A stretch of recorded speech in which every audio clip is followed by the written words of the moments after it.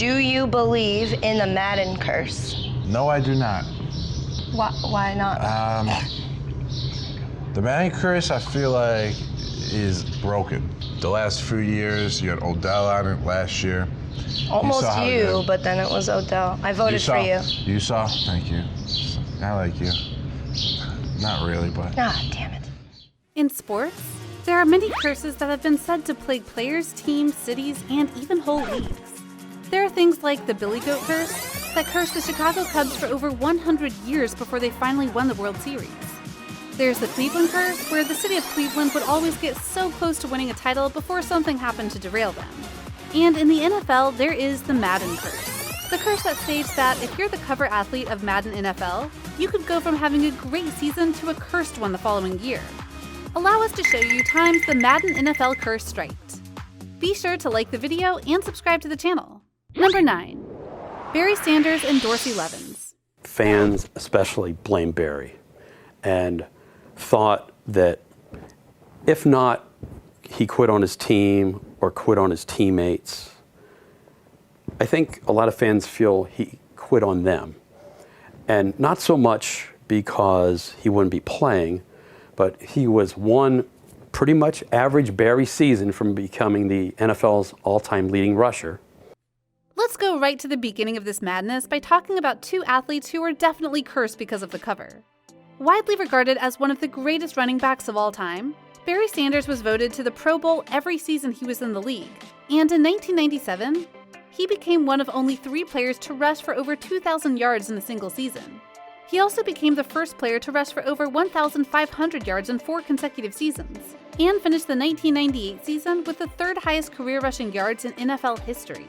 In contrast, Green Bay running back Dorsey Levens was a relative newcomer to the NFL spotlight before appearing on the Madden NFL cover.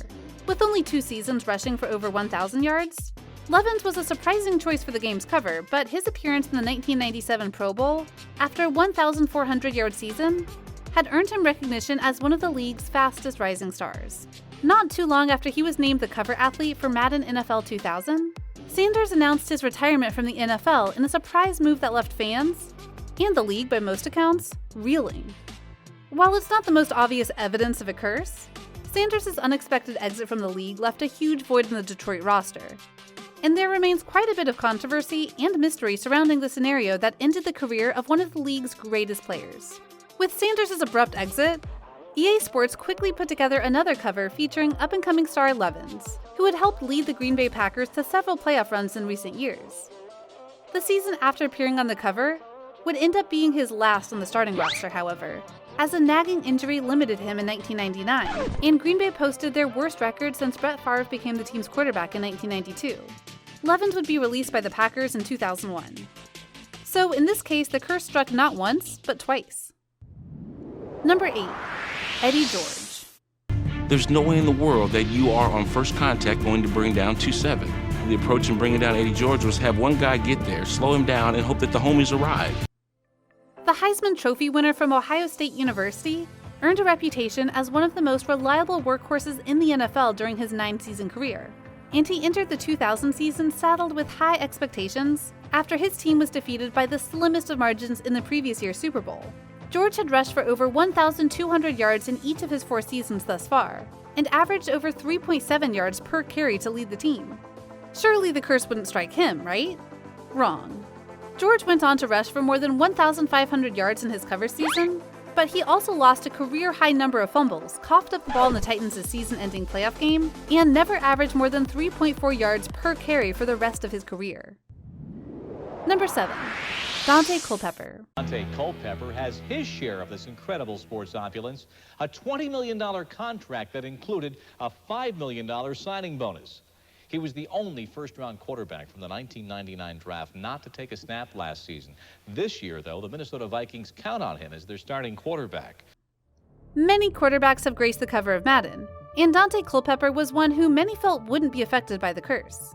He immediately led the team to an 11-5 record in the conference championship game on the strength of passing for almost 4,000 yards and rushing for nearly 500 yards. He was selected to the Pro Bowl and began the 2001 season as one of the most celebrated young quarterbacks in the league. Thanks to this, he was the 2002 Madden cover athlete. And then, Injuries wiped out 6 games in his cover season. He fumbled 16 times, threw just 14 TDs compared to 13 picks, and went 4-7 in his starts. His career never recovered as a whole. Number 6. Michael Vick. In the history of the NFL, there have been just a handful of players who forever changed the game or a particular position with their play. One example is Michael Vick. We'll skip a year and go to Madden 2004's cover to talk about the one and only Michael Vick.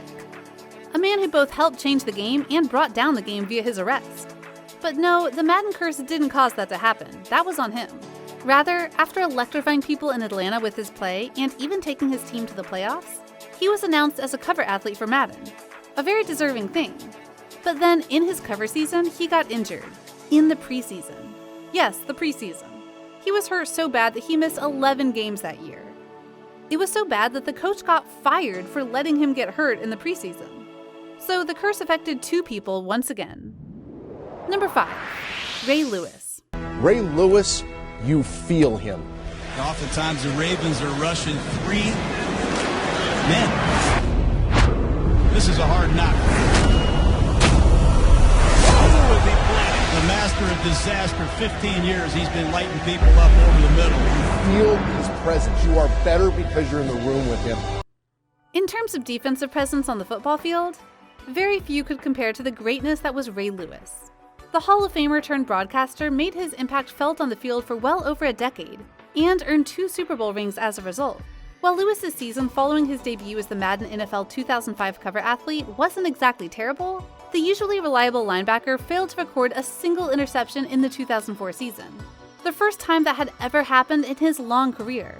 The Ravens also failed to make the playoffs for the first time in several years, and in Week 6 of the following season, Lewis tore his right hamstring, forcing him to end his season abruptly. So yeah, the curse struck. Number 4. Shaun Alexander. Derrick Henry was the NFL's leading rusher in 2019. Who was the last Alabama running back that was the NFL's leading rusher? Time's up. It was you. You could argue that this was one of the biggest victims of the curse. Shaun Alexander took his game to the next level in 2005, when he became the first running back in NFL history to record 15 touchdowns in 5 consecutive seasons and broke the franchise record for rushing. As if that wasn't enough, he was named the NFL's most valuable player that season and led the Seahawks to an appearance in Super Bowl XL. They lost, but that wasn't all on him. Blame the refs. Anyway, with all of this, you bet he was named to the cover of Madden 07. And it went downhill from there. Alexander's 2006 season was derailed by a broken foot in Week 3, just a few months after being named the Madden NFL cover athlete. The season would become his first without 1,000 yards rushing since he became a starter for the Seahawks. Alexander's abbreviated 2006 season was followed by an injury-plagued 2007 season that had him suffer a fractured wrist, sprained knee, and sprained ankle. The result was an even worse season, and Alexander was cut from the team's roster in 2008. Think about that. He went from all-time great, leading rusher of the league and MVP, to being injury-prone and cut. And the dividing line is the cover. Coincidence? We think not. Number 3. Brett Favre. Cool as it is, Brett Favre had to make a decision. Does he play tonight or doesn't he play tonight? The day before, Brett learns that his dad, Irvin, has died. So under tremendous emotion duress, Brett Favre goes work. This one is hard to talk about because Brett Favre is a Hall of Famer, legend, and beloved by most in the league.